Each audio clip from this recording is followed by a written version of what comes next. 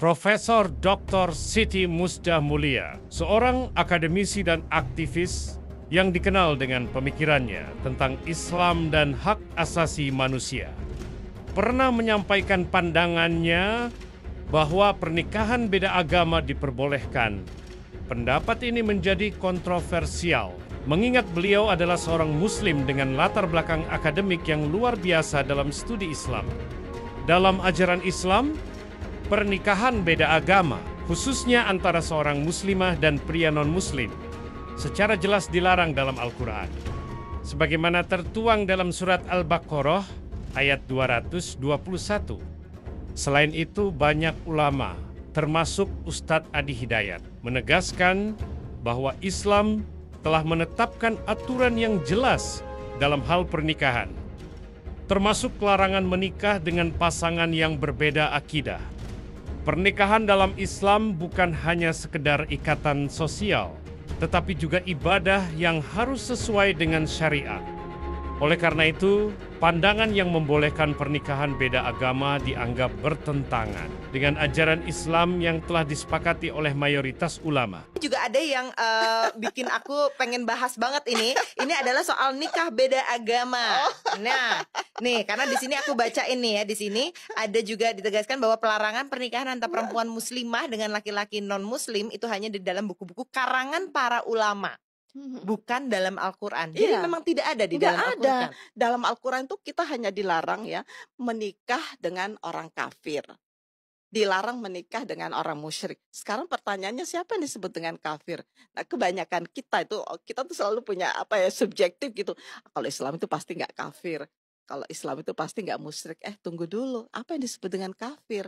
Kafir itu adalah menutupi rahmat Tuhan. Jadi kayak cover. Ya, kata dalam bahasa Inggris cover, yang menutupi. Nah, kita kalau koruptor itu pasti dia menutupi diri dari kebenaran kan. Berarti koruptor itu kafir meskipun pelakunya itu mengaku beragama Islam. Inilah yang saya selalu katakan. Jadi jangan kamu mengatakan begitu kamu beragama Islam lalu kamu terbebas dari sebutan kafir. Tunggu dulu, kamu melakukan apa selama ini?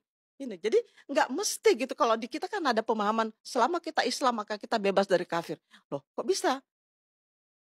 Nggak ada jaminan kalau kamu beragama Islam lalu kamu bebas dari kafir, belum tentu. Karena kafir itu definisinya sangat luas. Bahkan ada seorang doktor ya di UIN Jakarta itu yang menulis disertasi tentang kafir. Jadi dia meneliti tentang makna-makna kafir. Ternyata dia menemukan ada 48 makna kafir di dalam Al-Quran. Itu menarik kan? Sampai-sampai dia tuh disebut dokter kafir ya. saking kajiannya itu tentang saking mendalam soal kafir. Saking dia gemes, ini kafir itu apa sih, kok Al-Quran sedikit-sedikit kafir. Ternyata begitu Al-Quran menyebut kafir, tunggu dulu, itu banyak versi gitu. Kafir dalam hal apa gitu kan. Tapi yang ini ya, karena kan disebut Al-Quran sendiri tidak melarang secara tegas. Tapi yang juga aku baca lagi-lagi nih, karena aku baca buku-buku orang yang sudah tulis, kalau laki-laki boleh menikahi perempuan non-muslim, tapi kalau perempuan tidak boleh. Nah, itu kata siapa? Tapi benar kan, Prof, ada kan yang bilang begitu kan? Ya pasti itu kata ulama kan, karena dalam Al-Quran sendiri nggak ada secari-cari mana sih yang melarang perempuan. Yang dilarang itu laki dan perempuan menikah dengan kafir. Jadi yang nggak boleh ya dua-duanya nggak boleh, laki nggak boleh, perempuan nggak boleh. Kok kita tuh selalu kalau perempuan nggak boleh, kalau laki-laki boleh. Nanti alasannya ya kalau perempuan kan nanti gampang tergoda, perempuan itu kan imannya lemah. Lah itu kan asumsi. Sementara kalau di agama Yahudi laki-laki harus menikah dengan wanita Yahudi supaya menjaga pure. Nah itu dia di Islam juga. Ada soal purity-nya itu. Purity itu agama dari mana gitu kan? Kadang kita anggapnya perempuan itu nggak bisa menjaga puritas gitu. Kasihan karena pandangan yang subordinatif seperti inilah, pandangan yang misogini terhadap perempuan yang saya betul-betul melawannya dari awal, yang membuat orang tuh banyak yang marah kepada saya. Tapi buat saya nggak apa-apa lah. Saya menjadi martir ya untuk perubahan gitu ke depan. Di era kenabian Nabi Muhammad SAW sudah jelas ada tuntunan dan diberikan pencerahan secara psikologis, ya, secara juga pendekatan sosial. Tentu orang-orang yang meyakini orang-orang yang mengakui hanya karena faktor tertentu belum bisa menerima, itu lebih dekat dan lebih mudah untuk dicerahkan. Jika memang bukti-bukti yang tampak itu bisa hadir dalam jiwanya, diyakini, diketahui, dan mengalahkan keangkuhan-keangkuhan yang mungkin hadir karena faktor-faktor tertentu lainnya, mungkin karena perasaan dan sebagainya. Itu lebih mudah untuk dijelaskan dibandingkan dengan orang yang menolak sama sekali, tidak mau tahu, dan membutuhkan penguat-penguat lain, hal-hal yang bukan hanya informatif, tapi yang bersifat meyakinkan dan mengalahkan logika-logika yang mungkin telah terbangun serta terakumulasi jauh sebelumnya. Maka dari itu, Al-Quran memberikan sifat bijak. Yang pertama, bagi golongan ahli kitab, Allah Subhanahu wa Ta'ala menurunkan firman-Nya. Terdapat nanti di surah yang kelima, surah Al-Ma'idah, di ayat yang kelima. Surah yang kelima, di ayat yang kelima. Di antara rangkaian ayat ini, Allah memberikan satu ketentuan khusus bagi kalangan ahli kitab. Wal muhsanatu minal ladzina utul kitaba min qablikum. Dan khusus bagi golongan perempuan ahli kitab. Wal muhsanatu minal ladzina utul kitaba min qablikum. Khusus untuk perempuan yang ahli kitab dari genealogi yang tersambung sebelum kalian itu. Jadi di sini dari golongan non-muslim yang kafir, dari ahli kitab, tapi yang perempuannya. Bagi laki-laki muslim yang ingin memang merajut tali pernikahan kekeluargaan dengan tujuan menjaga diri, menghindarkan dari perbuatan zina, hal yang tidak baik. Bukan untuk menyalurkan orientasi seksual tanpa aturan atau memelihara perempuan dengan perlakuan yang tidak layak, tidak benar. Kata Al-Quran, khusus bagi pria-pria muslim yang memang serius berumah tangga untuk mewujudkan hikmah-hikmah kehidupan berumah tangga, sakinah, mawaddah, rahmah, memberikan bimbingan yang benar, boleh pria muslim itu menikahi perempuan dari kalangan ahli kitab. Ingat ya, ingat baik-baik bahwa redaksinya pria muslim dengan perempuan ahli kitab. Tidak sebaliknya. Jadi yang dibenarkan adalah jika ada prianya, laki-lakinya muslim, perempuannya ahli kitab.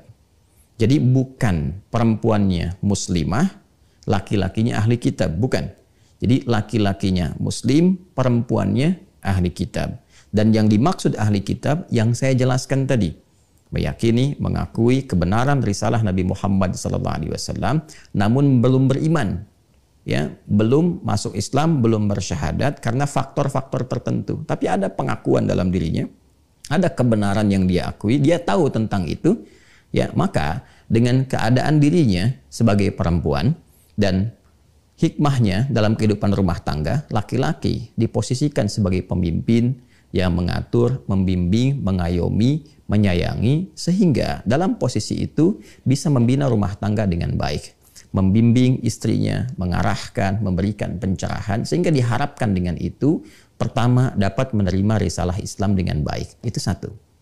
Yang kedua juga meminimalisir konflik-konflik yang mungkin terjadi dalam kehidupan rumah tangga, sehingga dengan itu potensi-potensi untuk tetap bisa memberikan nafkah, kebaikan-kebaikan, perlindungan, dan kemuliaan lain dalam kehidupan rumah tangga yang mendekatkan pada samara itu lebih dapat terwujud.